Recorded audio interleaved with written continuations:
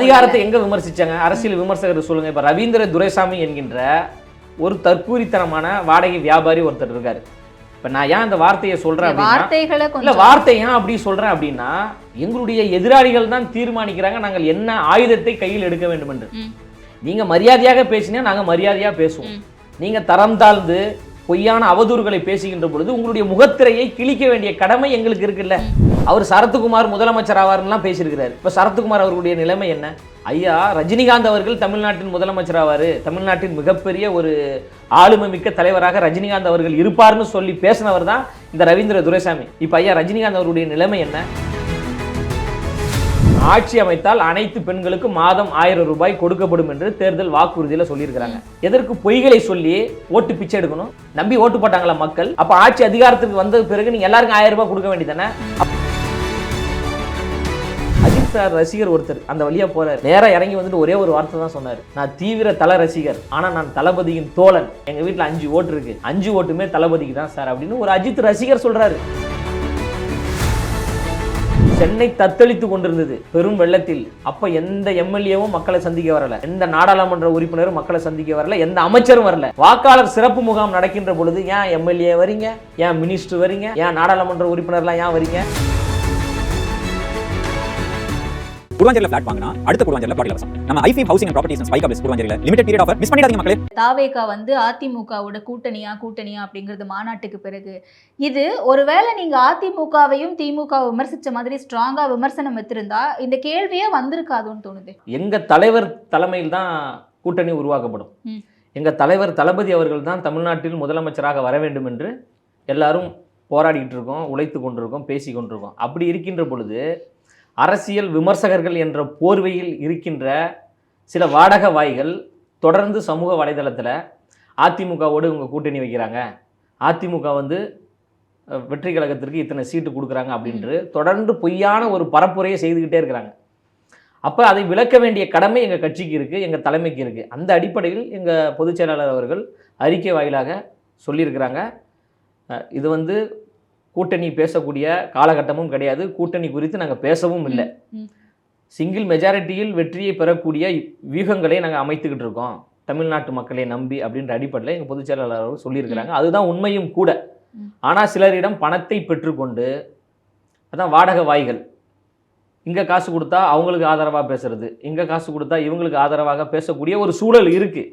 அதனால தான் அந்த அறிக்கையிலே எங்கள் தலைவர் அவர்கள் சொல்லியிருக்கிறாங்க. அப்போ அப்படி இருக்கின்ற பொழுது எதற்கு இந்த வேலைன்றேன்? அரசியல் விமர்சகர்கள் என்றால் அரசியலை விமர்சனம் செய்யணும், ஆளும் அரசை விமர்சனம் செய்யணும், அரசு செய்கின்ற மக்கள் விரோதத்தை விமர்சிக்கணும், அரசினுடைய அடாவடித்தனத்தை விமர்சிக்கணும். அதான் அரசியல் விமர்சகர். தாவேகாவை விமர்சிப்பது, தலைவர் தளபதி அவர்களை விமர்சிப்பது, அதிகாரத்தை விமர்சிக்கணுங்க. அதாங்க துணிச்சல். அதிகாரத்தை மட்டுமே விமர்சிக்கணும்னு நிர்பந்தம். அதிகாரத்தை எங்க விமர்சிச்சாங்க? அரசியல் விமர்சகர் சொல்லுங்க. இப்ப ரவீந்திர துரைசாமி என்கின்ற ஒரு தற்கூரித்தனமான வாடகை வியாபாரி ஒருத்தர் இருக்காரு. இப்ப நான் ஏன் அந்த வார்த்தையை சொல்றேன் அப்படின்னா, வார்த்தை ஏன் அப்படி சொல்றேன் அப்படின்னா, எங்களுடைய எதிராளிகள் தான் தீர்மானிக்கிறாங்க நாங்கள் என்ன ஆயுதத்தை கையில் எடுக்க வேண்டும் என்று. நீங்க மரியாதையாக பேசினா நாங்க மரியாதையா பேசுவோம். நீங்க தரம் தாழ்ந்து பொய்யான அவதூறுகளை பேசுகின்ற பொழுது உங்களுடைய முகத்திரையை கிழிக்க வேண்டிய கடமை எங்களுக்கு இருக்குல்ல. குறிப்பா எனக்கு அதுக்கு நம்ம என்ன வார்த்தைகள் பிரயோகிக்கிறோம்னு இருக்குல்ல. ஆமா, அவர்கள் பயன்படுத்தினாங்கல்ல, மாநாட்டிற்கு 30,000 பேர் கூட வரமாட்டாங்க. தப்ப நம்மளும் பண்ணுவோம்னு அர்த்தமா? சில பேருக்கு எந்த வழியில் நம்ம பதில் சொல்லணுமோ அந்த வழியில பதில் சொல்லி தான் ஆகணும். நான் அப்படிதான் சொல்லுவேன், சரிங்களா? சரி, மாநாட்டிற்கு வெறும் 30,000 பேர் தான் வருவாங்க, 50,000 பேர் கூட வரமாட்டாங்க அப்படின்னு சொன்ன வாய்கள் எல்லாம் இப்ப என்ன செஞ்சுக்கிட்டு இருக்கு? 12 லட்சம் மக்கள் வந்தாங்கல்ல, அது குறித்து பேசணுமா கூடாதா? தலைவர் மதியம் கட்சி ஆரம்பிக்கிறாரு, காலையில உட்காந்து கட்சி ஆரம்பிக்க மாட்டாரு, இவர் அரசியலுக்கு வரவே மாட்டாருன்னு இன்னைக்கு என்னத்தை வச்சுக்கிட்டு நீங்க பொது ஊடகத்துல பேசுறீங்க? அப்போ கொஞ்சம் உண்மை நேர்மை இருக்கணும்ல. ஒரு அரசியல் விமர்சகர்னா நேர்மை இருக்கணும், உண்மை இருக்கணும், அறம் இருக்கணும், அந்த ஒரு சொல்லக்கூடிய கருத்துல உண்மை இருக்கணும். நீங்க பொய்யான ஒரு அவதூறை பேசுறது, அவங்க அதிமுகவோட கூட்டணி வைக்கிறாங்க அப்படின்ற பேச்சுலாம் தவறு இல்ல. நீ என்ன பக்கத்துல உட்காந்து வேடிக்கை பார்த்துட்டு இருந்தியா? கிடையாது இல்ல. அப்போ இது போன்று பேசுவது தவறு. அதே போன்று அச்சு ஊடகமாக இருக்கின்ற நாளிதழ்களும் இது குறித்து தலைப்பு செய்தியா போடுறாங்கல்ல, அதுவும் தவறுன்னு நம்ம சொல்றோம். ஒரு பத்திரிகை என்பது ஜனநாயகத்தின் முக்கியமான 4 தூண்கள் இருக்கு. அந்த 4 தூண்கள்ல முக்கியமான ஒரு தூண் பத்திரிகை துறை. அப்போ பத்திரிகை துறை ஒரு கருத்தை சொல்லுகின்ற பொழுது அந்த கருத்தில் உண்மை இருக்கா பொய் இருக்கா என்பதை அலசி ஆராய்ந்து தான் கருத்தை சொல்லணுமே தவிர பொத்தம்பொதுவா பேசக்கூடாதுல்ல. பொத்தம்பொதுவா பேசுவதற்கு எதற்கு பத்திரிகை? அப்போ அதை கண்டிக்க வேண்டிய கடமை எங்களுக்கு இருக்குல்ல, அதை சுட்டிக்காட்ட வேண்டிய கடமை எங்களுக்கு இருக்கு. எங்க கட்சியை தொடர்புபடுத்தி பேசுறாங்க, எங்க தலைவரை தொடர்புபடுத்தி பேசுகின்ற பொழுது அதற்கு விளக்கம் கொடுக்க வேண்டிய கடமை எங்க பொதுச் செயலாளருக்கு இருக்கு. அந்த அடிப்படையில் தான் இந்த ஒரு விளக்கத்தை எங்க பொதுச் செயலாளர் கொடுத்துருக்குறாங்க. நாங்க பிரைமரி ஃபோர்ஸா வரோம், முதன்மை சக்தியாக வரோம், ஆட்சி அதிகாரத்தை கைப்பற்றக்கூடிய மக்கள் சக்தியோடு வரோம், படைபலத்தோடு வருகின்ற பொழுது மற்ற கட்சிகளோடு ஒப்பிட்டு பேசுவது என்பது மிகவும் தவறு, அபத்தமானது. அது மிக வன்மையாக கண்டிக்கக்கூடிய ஒரு செயல்பாடு தான். புரியுது. அதை கண்டிக்க வேண்டிய கடமை எங்களுக்கு இருக்கு, நாங்கள் கண்டித்திருக்கிறோம். புரியுது. ஆனா அரசியல் விமர்சகர்கள் அப்படின்ட்டு நீங்க மென்ஷன் பண்ணும்போது சிலன்னு கூட சொல்லாம எல்லா அரசியல் விமர்சகர்களும் இப்படிதான் பண்றாங்க அப்படின்ற மாதிரி ஒட்டு மொத்தமா சொல்றதுல ஏதாவது அர்த்தம் இருக்குன்னு நினைக்கிறீங்களா? குற்றமுள்ள நெஞ்சு குறுகுறுக்கும். நம்ம சொல்லக்கூடிய கருத்து யாருக்கு போய் சேர வேண்டுமோ அவங்களுக்கு போய் நேரத்துக்கு சேர்ந்துருக்கும். எல்லா அரசியல் விமர்சகர்களும் ஊடகத்தில் உட்கார்ந்து கொண்டு தற்கூரித்தனமாக இல்லாததை பொல்லாததெல்லாம் யாரும் பேசுறது கிடையாது. அறத்தோடு பல அரசியல் விமர்சகர்கள் பேசுறாங்க, உண்மை கருத்துக்களை பேசுறாங்க. சிலர் பணத்தை பெற்றுக்கொண்டு ஆளுங்கட்சிக்கு ஜால்ரா போடுகின்ற வகையில் பேசக்கூடிய ஆட்கள் இருக்கிறாங்கல்ல, மக்களே தோல் உரிக்கிறாங்கல்ல. அதற்கு உதாரணம் ரவீந்திர துரைசாமி போன்ற ஒரு நபர் நான் பேரோட சொல்றேன். அதில் எனக்கு எந்த பயமும் கிடையாது. ஏன்னா அவர் நாள்தோறும் காலையில் ஆரம்பிச்சு சாயங்காலம் வரைக்கும் தமிழக வெற்றி கழகத்தை பற்றி அவதூறாக பேசலன்னா அவருக்கு தூக்கமே வராது. தொடர்ந்து அவதூறான கருத்துக்களை தான் பேசுறாரு. எந்த கருத்திலுமே உண்மை கிடையாது. அவர் சரத்குமார் முதலமைச்சர் ஆவார்லாம் பேசியிருக்கிறாரு. இப்போ சரத்குமார் அவர்களுடைய நிலைமை என்ன?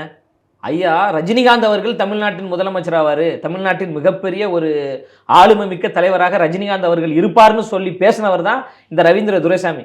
இப்போ ஐயா ரஜினிகாந்த் அவருடைய நிலைமை என்ன? அவர் அரசியலுக்கே வரலை. அப்போ இவர் பேசக்கூடிய எல்லா கருத்துக்களுமே பொய்யா இருக்கு. பொய்யா இருக்கக்கூடிய ஒரு நபர் பொது ஊடகத்தில் உட்கார்ந்து கொண்டு யூடியூப் சேனல்களில் உட்கார்ந்து கொண்டு அவதூறான கருத்துக்களை பேசுகின்ற பொழுது உங்களை போன்ற நெறியாளர்கள் அதை தடுக்கணும்ல, தடுத்து கேள்வி கேட்கணும்ல. சார் நீங்கள் என்ன சொன்னீங்க? தலைவர் தளபதி அவர்கள் கட்சியே ஆரம்பிக்க மாட்டார், அவர் அரசியலுக்கே வரமாட்டார், இவங்களால் மாநாடே நடத்த முடியாது, மாநாட்டில் கூட்டமே கூட்ட முடியாதுன்னு சொன்னீங்க. ஆனால் நீங்கள் சொன்ன எல்லாத்தையுமே அவங்க அடித்து தவிடுபொடியாக்கிட்டாங்க, எல்லாத்தையும் வெற்றிகரமாக நடத்திட்டாங்க. ஆனால் திரும்ப திரும்ப அவருக்கு எதிராக நீங்கள் அவதூறு கருத்தை ஏன் சொல்கிறீங்க? நீங்கள் ஒரு அரசியல் விமர்சகர் தானே, எல்லாரையும் விமர்சிக்க வேண்டியதானே. எதற்கு தமிழக வெற்றி கழகத்தை மட்டும் டார்கெட் பண்ணி நீங்கள் விமர்சிக்கிறீங்க? யாரிடம் பணம் பெற்றுக்கொண்டு எங்களுக்கு எதிராக அவதூறாக பேசுகிறீங்கன்னு உங்களை போன்ற ஊடகவியலாளர் கேட்கணும்ல. கேளுங்க, அடுத்த முறை வாய்ப்பு கிடைக்கும் போது கேளுங்க. இல்லை அது இந்த மாதிரி விமர்சனம் நீங்களே சொல்லிட்டீங்க. விமர்சனத்தை யார் முன்வைக்கிறான்னு நம்ம பார்க்கணும்ல. இப்போ ஆளும் அரசை விமர்சிப்பது தாங்க துணிச்சல். ஆளும் அரசு செய்யக்கூடிய தவறுகளை மக்கள் மத்தியில் சுட்டி காட்டுவது தான் மிகப்பெரிய ஒரு தலைமை பண்பு. அப்போ மாநிலத்தை ஆண்டு கொண்டிருக்கின்ற திமுகவையும் மத்தியில் ஆண்டு கொண்டிருக்கின்ற பிஜேபியும் செய்யக்கூடிய மக்கள் விரோத செயலை மக்கள் மத்தியில் நாங்கள் சொல்றோம். இதுதான் ஒரு துணிச்சலினுடைய அடையாளமா நம்ம பார்க்கணும். அதிமுக விமர்சிக்கல அப்படின்னா இப்போ அதிமுகவை ஆளுங்கட்சியாவா இருக்கு? ஆளுங்கட்சியா திமுக இருக்கு. இல்ல நீங்க பொதுவா இந்த கடந்த 3 ஆண்டுகள்ல நடந்த விஷயத்தை பத்தி மட்டுமே நீங்க பேசல. கடந்த 3 ஆண்டுகளை வச்சு மட்டுமே நீங்க அரசியலுக்கு வரல. இத்தனை ஆண்டு காலம் மக்கள் இவ்வளவு கஷ்டப்பட்டிருக்காங்கன்னு பேசும்போது இத்தனை ஆண்டு காலம் யார் ஆட்சி செய்துட்டு இருந்தா? காங்கிரஸும் இருந்தாங்க, அதிமுகவும் இருந்தாங்க. எல்லாத்தையுமே கோடிட்டு தானே பேசணும். அதை தானே நாங்க சொல்றோம். எங்க தலைவர் தமிழ்நாட்டின் முதலமைச்சராக வேண்டும் என்றால் அதிமுக திமுக 2 கட்சிக்கும் மாற்றாகத்தான் நாங்க வரணும் தான் நீங்க புரிஞ்சுக்கணும். எங்க மக்கள் அப்படித்தானே புரிஞ்சுக்கிருக்காங்க. உங்களை போன்ற நெறியாளர்கள் நீங்க தவறா புரிஞ்சுட்டு இருக்கீங்க. அதிமுக அவங்க விமர்சிக்கவே இல்லை, ஊழல்வாதிகள் அப்படின்னாவே அதுல திமுக அதிமுக 2 பேருமே வரதான் போறாங்க. ஏன் இவரு பேரை சொல்லல அவரு பேரை சொல்லல அப்படின்னு நம்ம அந்த மாதிரி ஒரு குற்றச்சாட்டை முன்வைக்க வேண்டாம். திமுக அதிமுக 2 கட்சிகளுக்கு மாற்றாக தமிழக வெற்றி கழகம் வருகிறது. திமுகவை எதிர்த்ததுனாலதான் இன்னைக்கு திமுகவோட கூட்டணியா அப்படிங்கிறது வரல. நீங்க டைரக்டா சொல்லிருந்தீங்க அப்படின்னா அதிமுகவோட கூட்டணியா அப்படின்ற ஒரு பேச்சே வந்திருக்காதுன்னு கேக்குறேன். எங்க பலரும் பலவிதமா பேசுவாங்க, அதற்கெல்லாம் நம்ம பதில் சொல்லிட்டு இருக்க முடியாது. நானே உங்ககிட்ட நிறைய நேரம் கூட்டணியானு அது உங்களுடைய புரிதல், அது புரிதல் தவறான ஒரு புரிதலா இருக்கு. நாங்க தான் வெளிப்படையா எங்க தலைவர் சொல்லிட்டாங்கல்ல, சிங்கிள் மெஜாரிட்டியில் தமிழ்நாட்டு மக்கள் ஆட்சியும் அதிகாரத்தையும் நமக்கு தருவாங்க.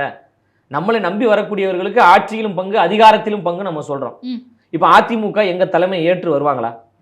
நீங்க யோசிங்க, வரமாட்டாங்க. அப்புறம் எதுக்கு கூட்டணி குறித்து நீங்க பேசிட்டு இருக்கீங்க? இல்ல என்ன தேவை இருக்கு? எங்க தலைமையில கூட்டணிங்க, எங்க தலைவர் தாங்க அந்த கூட்டணிக்கு தலைமை தாங்கக்கூடியவர். எங்க தலைவர் தான் தமிழ்நாட்டில் முதலமைச்சரா வர வேண்டும் என்று மக்கள் நினைக்கிறாங்க, மக்கள் கொண்டாடுறாங்க. அப்படி இருக்கின்ற பொழுது கூட்டணிகள் குறித்து பேசவே வேணாம்னு சொல்றாங்க. இல்ல அதான் இன்னைக்கு இருக்கக்கூடிய அரசியல்வாதிகள் எல்லாருமே கொடுத்த வாக்கை காப்பாத்துறாங்க, சொன்னதை அப்படியே தவறாம செய்யறாங்க அப்படிங்கிறது ஏதாவது இருக்கா? அதற்கெல்லாம் மாற்றா தானே அங்க வரும். திமுக அதிமுக ரெண்டும் மாறி மாறி பொய்களையும் பித்தலாட்டங்களையும் சொல்லி தான் அதிகாரத்திற்கு வந்து மக்களை ஏமாற்றுகிறார்கள். இதையெல்லாம் மாற்ற வேண்டும், அனைத்து மக்களுக்கும் எல்லாம் கிடைக்க வேண்டும் என்று ஒரு மிக உயர்ந்த தத்துவத்தை முன்வைத்து பிரைமரி ஃபோர்ஸாக வரும், பிரதான சக்தியாக எங்கள் தலைவர் தளபதி அவர்கள் வராங்க. வருகின்ற பொழுது அதை மக்கள் பார்க்குறாங்க, மக்கள் கொண்டாடுறாங்க. பல லட்சங்களை கடந்து 1 கோடியை நெருங்கக்கூடிய வகையில் உறுப்பினர் சேர்க்கை எதற்காக நடக்கணும்? எதற்காக அத்தனை லட்சக்கணக்கான மக்கள் தமிழக வெற்றி கழகத்தில் உறுப்பினராக ஏன் இணைய வேண்டும்? அப்போ அவங்க வந்து எங்களை நம்புறாங்க, இவர் வந்தால் கண்டிப்பாக ஒரு மாற்றம் நிகழும், திமுக அதிமுக செய்த தவறை தலைவர் தளபதி அவர்கள் செய்ய மாட்டாங்க, அப்போ அவருக்கு நம்ம துணை நிற்போம் என்று மக்கள் குடும்பமாக வர்றாங்கல்ல. அப்போ அந்த நம்பிக்கையை நாங்கள் எப்படி குறைத்து மதிப்பிடுவோம் சொல்லுங்க? அந்த நம்பிக்கையை பல மடங்கு நம்பிக்கையை உயர்த்தக்கூடிய வகையில் எங்களுடைய செயல்பாடு இருக்கும். பழைய ஓய்வூதிய திட்டத்தை நாங்கள் ஆட்சி அமைத்தால் நிறைவேற்றுவோம் என்று சொன்னது திமுக. அதை நம்பி அரசு ஊழியர்கள் மற்றும் ஆசிரியர்கள் ஓட்டு போட்டாங்க திமுகவுக்கு. ஆனால் ஆட்சிக்கு வந்த பிறகு திமுக அதை நடைமுறைப்படுத்தினாங்களா? பண்ணலை. திமுக என்பது மக்களிடம் பொய்களை சொல்லி வாக்கை அறுவடை செய்கின்ற ஒரு கேவலமான ஒரு கட்சி என்பதை நாங்கள் சொல்லலை, அரசு ஊழியர்களே சொல்லிட்டாங்க. 2026 திமுக என்கின்ற ஒரு கட்சிக்கு எதிர்கட்சியை நாங்கள் பரிசீலிப்பதற்கு தயாராக இருக்கிறோம். எதிர்கட்சியாக இருந்தால் தான் திமுக தலைவர் எங்களை சந்திக்கிறாரு, மக்கள் பிரச்சனைக்கு குரல் கொடுக்குறாரு. ஆளுங்கட்சியாக இருந்தால் எங்களை மதிப்பதில்லை, எங்கள் குறைகளை காது கொடுத்து கேட்பதில்லை. அப்போ ஒருபொழுதும் திமுக ஆளுங்கட்சியாக வரக்கூடாது, நாங்கள் எதிர்கட்சிக்கு அவங்க கொண்டு போய் நிறுத்துறோம் அப்படின்னு அரசு ஊழியர்கள் சொல்றாங்க, ஆசிரியர்கள் சொல்றாங்க, தமிழ்நாடு மக்களும் அதை தான் சொல்லிக்கிட்டு இருக்கிறாங்க. அந்த லட்சணத்துல தான் அந்த திமுக அதிமுகவினுடைய செயல்பாடுகள் இருக்கு. இவங்க பொய்யான வாக்குறுதிகள் சொல்லுவாங்க, அந்த வாக்குறுதிகளை நடைமுறைப்படுத்த மாட்டாங்க. அப்போ அதிலிருந்து ஒரு மாற்றமாக தமிழக வெற்றி கழகம் வருது. நாங்கள் ஆட்சி அமைத்தால் அனைத்து பெண்களுக்கும் 1000 ரூபாய் கொடுப்பேன்னு சொன்னாங்களா இல்லையா? ஆட்சி அமைச்சிங்களா? எல்லா பெண்களுக்கும் 1000 ரூபாய் கொடுத்தீங்க. அதுல ஒரு வரைமுறை ஒன்று கொண்டு வந்தீங்க, தகுதியின் அடிப்படையில் 1000 ரூபாய் கொடுக்குறோம் அப்படின்னு. அப்போ பொய்யான வாக்குறுதிகளை சொல்லி கீழே அப்படிங்கறத முன்னாடியே சொல்லியிருந்தாங்க. அப்படிலாம் அவர் சொல்லவே இல்லை. ஆட்சி அமைத்தால் அனைத்து பெண்களுக்கும் மாதம் 1000 ரூபாய் கொடுக்கப்படும் என்று தேர்தல் வாக்குறுதியில சொல்லியிருக்கிறாங்க. நம்பி ஓட்டு போட்டாங்களா மக்கள்? அப்ப ஆட்சி அதிகாரத்துக்கு வந்த பிறகு நீங்க எல்லாருக்கும் 1000 ரூபாய் கொடுக்க வேண்டியதானே? அப்ப தகுதியின் அடிப்படையில் நாங்கள் 1000 ரூபாய் கொடுப்போம் என்று மக்களை ஏமாத்தினாங்களா இல்லையா? மாணவர் கடனை நாங்கள் தள்ளுபடி செய்கிறோம்னு சொல்லி பொய்யான வாக்குறுதிகள் சொல்லி ஓட்டு வாங்கிட்டீங்க. ஆட்சி அதிகாரத்துக்கு வந்துட்டீங்க, மாணவர் கடனை தள்ளுபடி பண்ணிட்டீங்களா? நீட் தேர்வை நாங்கள் வந்து ரத்து செய்வோம் அப்படின்னு சொன்னீங்க, அதை பொய்யான வாக்குறுதிகள் சொல்லி ஓட்டையும் வாங்கிட்டீங்க. 3.5 வருஷம் ஆயிடுச்சு, இன்னும் வரைக்கும் 10க்கும் மேற்பட்ட மாணவர்கள் தற்கொலை செய்கிறாங்க. இது யார் பொறுப்பேற்பது? அப்போ பொய்யான வாக்குறுதிகளை சொல்லி சொல்லி சொல்லி எதற்கு கேவலமாக ஓட்டை பிச்சை எடுக்கிறீங்க அப்படின்னு கேள்வியை மக்கள் கேட்குறாங்கல்ல. அந்த மக்களுக்கு பதில் சொல்லணும்னா அப்ப இவர்களிடமிருந்து ஒரு மாற்றம் நிகழும் வேண்டும் என்றால் ஒரு மாற்று சக்தியாக, மக்கள் சக்தியாக, குரலற்றவரின் குரலாக வரக்கூடிய தலைவர் தளபதி அவர்களுடைய கரத்தை வலுப்படுத்த வேண்டும் என்று தமிழ்நாட்டு மக்கள் முடிவு பண்ணிட்டாங்க. அந்த அடிப்படையில் எங்களுடைய பயணம் என்பது தனித்து தான் இருக்கும், தனித்துவமா இருக்கும், அது மக்களுக்கானதாக இருக்கும். ஓகே, இப்போ அதிமுகவோட கூட்டணியா அப்படிங்கிற பேச்சுக்கள் போய் இன்னைக்கு அதை டிக்ளேர் பண்ணிட்டாங்க, அதிமுகவோட கூட்டணி கிடையாது அப்படிங்கிறது. அண்ட் திரும்பவும் இன்னைக்கு ஒரு வாதம் எழுந்திருக்கு, அதிமுகவோட கூட்டணி கிடையாது, ஆனால் காங்கிரஸோட கூட்டணி போகிறதுக்கான வாய்ப்புகள் பிரகாசமாக இருக்குது. ஏன்னா ராகுல் காந்தியோட விஜய் அவர்கள் வந்து நீண்ட நாளில் ஒரு நட்பு ரீதியான ஒரு பழக்கம் இருந்துட்டு வந்துட்டு இருக்கு. அண்ட் ராகுல் காந்தி அவர்களோட கான்டாக்ட்ல இருக்காரு, அதற்கான வாய்ப்புகள் அதிகமாகவே இருக்குது, பிரகாசமாக இருக்குது அப்படின்னு. அதாவது அரசியலுக்கு இன்னும் 1.5 வருடம் இருக்குது தேர்தலுக்கு. உங்களுடைய வியூகத்துக்கெல்லாம் எங்களால் பதில் சொல்ல முடியாது. நாங்கள் வியூகம் அமைத்து கொண்டிருக்கோம். தலைவர் தளபதி அவர்கள் தமிழ்நாட்டில் எப்படி முதலமைச்சராக வர வேண்டும், அதற்கு எப்படி நாம் செயல்பட வேண்டும் என்கின்ற வியூகத்தை அமைச்சுக்கிட்டு இருக்கோம். எங்களுடைய வியூகம் என்பது வேற, நீங்க கேட்கிற கேள்வியின் வியூகம் என்பது வேற. தேர்தல் நேரங்களில் அது முறையாக எங்கள் தலைவர் தளபதி அவர்களும் எங்களுடைய பொதுச் செயலாளர் அவர்களும் அறிவிப்பாங்க. நாங்கள் மக்களோடு கூட்டணி வைத்து மக்களின் பிரச்சனைகளுக்கு குரல் கொடுத்து கொண்டிருக்கோம். கட்சியினுடைய உள் கட்டமைப்பு வேலைகள் நடந்து கொண்டிருக்கு, மாவட்ட செயலாளர்கள் நியமனம் தொடர்பான வேலைகள் நடந்து கொண்டிருக்கு. பல லட்சங்களை கடந்து மக்கள் குடும்பமாக வராங்க, உறுப்பினர் சேர்க்கையாக இணைகிறாங்க. அவர்களை எல்லாம் சரிப்படுத்தக்கூடிய, அவர்களுக்கெல்லாம் பொறுப்பை நியமிக்கக்கூடிய வேலைகள் நடந்துகிட்டு இருக்கு. எங்களுடைய கட்சி பணிகள் நடந்துகிட்டு இருக்கும் பொழுது கூட்டணியெல்லாம் குறித்து அது தேவையில்லாத ஒரு கேள்வின்னு நான் நினைக்கிறேன். ஓகே.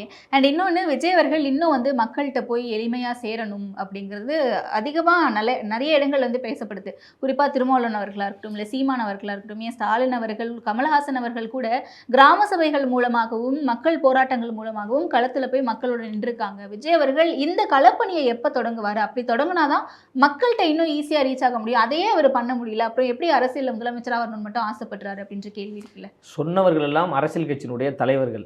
அவர்கள் எல்லோரும் ஒரு பதட்டத்திலும் ஒரு பயத்திலும் இருக்காங்க. எங்க தலைவர் அவர்கள் தமிழ்நாடு முழுவதும் எல்லாருடைய வீடுகள்லையும் நீங்காத இடம் பிடிச்சிட்டாரு.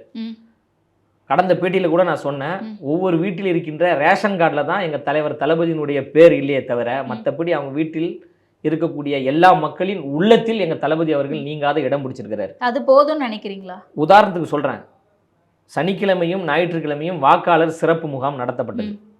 234 தொகுதிகளிலும் தமிழக வெற்றி கழகம் சார்பாக முகாம் நடத்தப்பட்டது. ஒரு பக்கம் திமுக முகாம் போட்டிருக்காங்க, இன்னொரு பக்கம் அதிமுக போட்டிருக்காங்க, மற்ற கட்சிகள் போட்டிருக்காங்க, தமிழக வெற்றி கழகமும் போட்டிருக்கு. அங்கு வரக்கூடிய மக்கள் எல்லோருமே எங்கே வந்தாங்கன்னா, தமிழக வெற்றி கழகத்தினுடைய முகாம் எங்கே இருக்கோ அங்கே தான் வராங்க. அங்கே வந்து அவங்களுக்கான சந்தேகங்களை கேட்குறாங்க. நான் புதிய வாக்காளராக என் பேரை இணைக்கணும், வாக்காளர் பட்டியலில் என் பேர் தவறாக இருக்குது, அதை சரி பண்ணணும், வேற ஒரு முகவரியில் இருந்தேன், இந்த தொகுதிக்கு வந்திருக்கேன், இங்கே என் முகவரியை மாற்றணும் என்கின்ற சந்தேகத்தை யார்கிட்ட கேட்டாங்க? ஆண்ட கட்சியான திமுகட்ட கேட்கல, அதிமுகட்ட கேட்கல, தமிழக வெற்றி கழகம் என்கின்ற தலைவர் தளபதி தலைமையில் வந்திருக்கக்கூடிய அந்த கட்சியை சார்ந்த பூத்தில் உட்கார்ந்துருக்கக்கூடிய அந்த தோழர்களிடம் வந்து குடும்பமாக 18 வயது நிரம்பிய முதல் வாக்காளர்கள் இருந்து 70 வயது நிரம்பிய வயதானவர்கள் வரைக்கும் வராங்க. அவ்வளவு கூட்டம். அதை நீங்கள் ஊடகம் வாயிலாக பார்த்துருப்பீங்க. எதற்காக மக்கள் வர வேண்டும் நீங்கள் சொல்லுங்க. நாங்கள் மக்கள்கிட்ட போய் சேரலை, மக்களுக்கு எங்களை தெரியல, மக்களுக்கு எங்கள் மீது நம்பிக்கை இல்லை என்றால் எதற்காக? மிக உயர்ந்த அதிகாரம் என்பது வாக்களிக்கக்கூடிய ஒரு அதிகாரம். அந்த வாக்களிக்கக்கூடிய அதிகாரத்தை பெறுவதற்கு வரக்கூடிய மக்கள் அதற்கான ஆலோசனைகளை எங்க தோழர்களிடம் பெறுகிறார்கள் என்றால் ஒரு மறைமுகமான ஒரு செய்தியை சொல்றாங்க. இப்போ உங்களிடம் வந்து இந்த வாக்காளர் உரிமைக்கான வாக்காளர் அட்டைக்கான ஆலோசனை பெறுற 2026 உங்களுக்கு தான் வாக்கு போட போறீங்க என்கின்ற ஒரு செய்தியை இந்த சமூகத்துக்கு சொல்றாங்க. பல இடங்கள்ல நடந்துச்சுங்க. சமூக வலைதளத்துல இணையதளத்துல தான் அன்பின் மிகுதியில் ரசிகர்கள் சண்டை நடந்து கொண்டிருக்கு. ஆனா கிரவுண்ட் ரியாலிட்டி அப்படி கிடையவே கிடையாது. நான் வந்து சனிக்கிழமையும் சரி ஞாயிற்றுக்கிழமையும் சரி அண்ணா நகர், வில்லிவாக்கம், எழும்பூர் 3 தொகுதிக்கும் நான் போயிருந்தேன். வாக்காளர் அந்த முகாம் பார்வையிடுவதற்கு போயிருந்தேன், வேலை செய்யறதுக்கும் போயிருந்தேன். கிரவுண்ட் ரியாலிட்டி எங்களுக்கு சாதகமாக இருக்குது. முகாம் போட்டு நாங்கள் உட்காந்துட்டு இருக்கும்பொழுது அஜித் சார் ரசிகர் ஒருத்தர் அந்த வழியாக போகிறார். அவர் என்ன சொல்கிறாருன்னா, நேராக இறங்கி வந்துட்டு ஒரே ஒரு வார்த்தை தான் சொன்னார். சார், நான் தீவிர தல ரசிகர், ஆனால் நான் தளபதியின் தோழன், எங்கள் வீட்டில் 5 ஓட்டு இருக்குது, 5 ஓட்டுமே தளபதிக்கு தான் சார் அப்படின்னு ஒரு அஜித் ரசிகர் சொல்கிறாரு. ரொம்ப சந்தோஷமாக இருந்தது. ஒரு 65 வயது மதிக்கத்தக்க ஒரு வயதானவர் நேற்று ஞாயிற்றுக்கிழமை அவர் கடைக்கு போயிட்டு ஏதோ பொருள் வாங்கிட்டு வீட்டுக்கு போகும்போது வந்து என்கிட்ட சொல்லிட்டு போகிறார், தம்பி நான் பயங்கரமான சூப்பர் ஸ்டார் ரஜினி சாரோட ஃபேனு, நான் இவ்வளோ நாள் வந்து நான் திமுகவுக்கு தான் ஓட்டு போட்டேன், 2026 தளபதிக்கு தான் நான் ஓட்டு போடுவேன், தமிழக வெற்றி கழகத்துக்கு தான் ஓட்டு போடுவேன், வயசானவங்கலாம் போதும்பா, உங்களை போல் யங்ஸ்டர்ஸ்லாம் நீங்கள் வரணும், நாங்கள் சப்போர்ட் பண்ணுறோம், நீங்கள் தைரியமாக வேலை செய்யுங்க அப்படின்னு சொன்னது மட்டும் இல்லாமல் பக்கத்தில் இருக்கிற ஒரு கடையில் ஜூஸ் வாங்கி எங்களுக்கு கொடுக்குறாரு, சாப்பிடுங்க, உற்சாகமாக வேலை செய்யுங்க, நம்பிக்கையோடு வேலை செய்யுங்க, கண்டிப்பாக உங்கள் தலைவர் தளபதி அவர்கள் தமிழ்நாட்டில் முதலமைச்சர் ஆவார், வயசான எங்களுடைய ஆசீர்வாதம் உங்கள் தளபதிக்கு இருக்குன்னு சொல்கிறாரு. இது பேசும்போது எனக்கு ரொம்ப உணர்வு பூர்வமாக இருக்குது. இதை நான் லைவாக பல இடங்களில் நான் பார்த்தேன், பல இடங்களில் நடந்தது. திமுகவின் முகாமில் உட்கார்ந்துருக்கக்கூடிய அந்த பூத்தில் வேலை செய்த திமுக கட்சியை சார்ந்தவர் ஒருத்தர் எங்ககிட்ட பேசினார். அவர் பேரை நம்ம குறிப்பிட முடியாது, அவருக்கு சிக்கல் வரும். அவர் சொல்கிறார், உண்மையிலே உங்களுடைய தலைவருடைய மாநாட்டு உரை மிக சிறப்பாக இருந்தது, நல்ல வரவேற்பு, எங்கள் கட்சியிலிருந்து கூட பல பேர் உங்கள் கட்சிக்கு வராங்க அப்படின்ற தகவல்லாம் வந்தது. நான் காலங்காலமாக வந்து திமுகவுக்கு தான் ஓட்டு போடுறேன், நான் கட்சியில் பொறுப்பில் இருக்கிறேன், நான் திமுகவுக்கு தான் ஓட்டு போடுவேன்.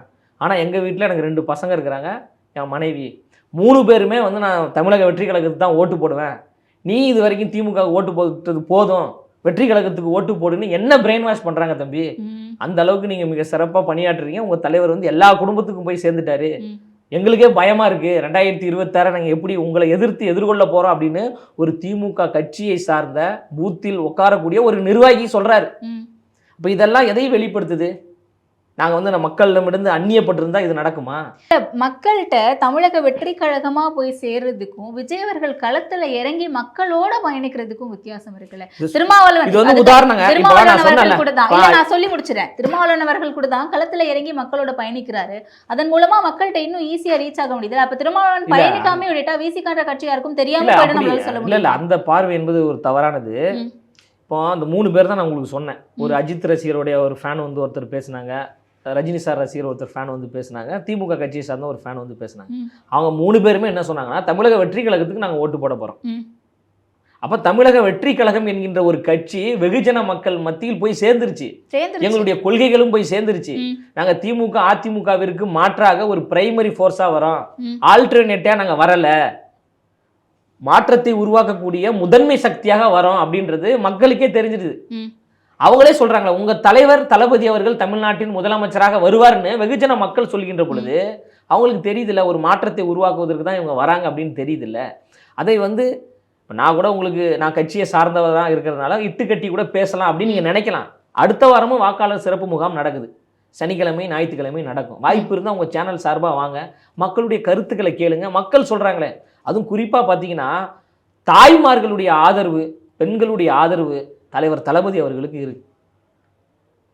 ஒரு அம்மா வந்து வாக்காளர் பட்டியல்ல ஆதரவு இருக்கு. நீங்க வந்து நான் கேட்டதுக்கான பதில சொல்லாம சுத்தி சுத்தி ஆதரவு இருக்கு, ஆதரவு எதற்கு இருக்கும்? ஆதரவு எதற்காக? 2026 தேர்தல் களத்துல பார்க்க போறீங்க. எதற்காக இப்ப எல்லாம் திமுக ஏன் பதட்டம் அடையுது?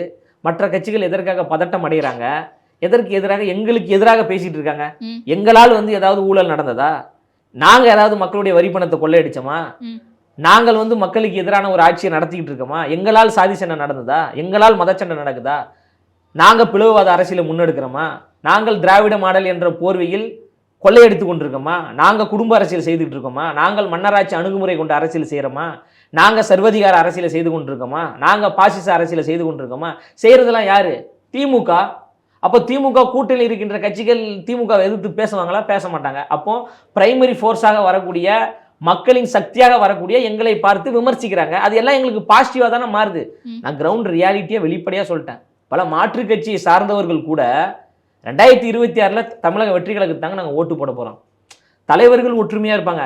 ஸ்டாலின் அவர்களும் அண்ணன் திருமா அவர்களும், ஸ்டாலின் அவர்களும் கம்யூனிஸ்ட் கட்சிகளும், ஸ்டாலின் அவர்களும் இஸ்லாமிய அமைப்புகளும், ஸ்டாலின் அவர்களும் துரை வைகோ அவர்களும் நெருக்கமாக இருப்பாங்க, அவங்க பேசிப்பாங்க. ஆனால் அவங்க கட்சியை சார்ந்த தோழர்களும் திமுகவோடு நெருக்கமாக இருக்கிறார்கள் என்று சொல்ல முடியுமா? தலைவர்கள் பேசிப்பாங்க. அவங்க கட்சியினுடைய தொண்டர்களின் மனநிலை என்ன? தொண்டர்கள் தானே ஓட்டு போட போகிறாங்க, தலைவர்களை ஓட்டு போட போகிறாங்க. தலைவர்கள் ஒரு ஓட்டு போடுவாங்க, அவ்வளோதான். அவங்க பின்னாடி இருக்கிற லட்சக்கணக்கான தொண்டர்கள் திமுகவுக்கு தான் ஓட்டு போடுவாங்க, திமுக கட்சிக்கு தான் ஓட்டு போடுவாங்கன்னு அவங்களால சொல்ல முடியுமா? அதனால தான் சொல்கிறேன், கிரவுண்ட் ரியாலிட்டி வேறு விதமாக இருக்குது, எங்களின் பக்கம் இருக்குது. அவர் சொன்னார்ல, மாண்புமிகு துணை முதலமைச்சர் வந்து நாங்கள் ஆலமரம், எங்களை யாரும் சாய்க்க முடியாது அப்படின்னு சொன்னார்ல. நீங்கள் ஆலமரமாகவே இருந்துட்டு போங்க, ஆனால் மக்கள் எல்லோரும் எங்கள் பக்கம் சாய்ந்து கொண்டிருக்காங்க. இது வந்து கிரவுண்ட் ரியாலிட்டி உணர்த்துது. ஒவ்வொரு வாக்காளர் சிறப்பு முகாமின் போது திமுகவினுடைய மாவட்ட செயலாளர்கள் வருவாங்க, அதிகபட்சம் மாநில நிர்வாகிகள் வருவாங்க. சென்னை தத்தளித்து கொண்டிருந்தது பெரும் வெள்ளத்தில். அப்போ எந்த எம்எல்ஏவும் மக்களை சந்திக்க வரலை, எந்த நாடாளுமன்ற உறுப்பினரும் மக்களை சந்திக்க வரல, எந்த அமைச்சரும் வரல. வாக்காளர் சிறப்பு முகாம் நடக்கின்ற பொழுது ஏன் எம்எல்ஏ வரீங்க, ஏன் மினிஸ்டர் வரீங்க, ஏன் நாடாளுமன்ற உறுப்பினர்லாம் ஏன் வரீங்க?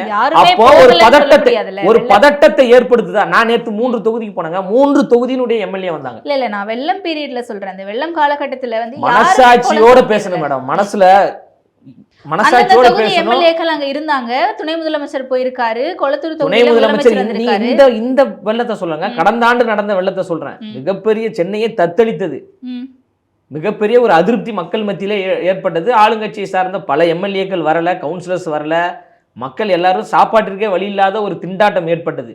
அதனால நீங்களும் தயவுசெய்து திமுக கட்சியை சார்ந்த ஊடகவியலாளர் மாதிரி பேசாதீங்க, மக்களுடைய மனநிலையா பேசுங்க. மிகப்பெரிய அதிருப்தி இருந்தது.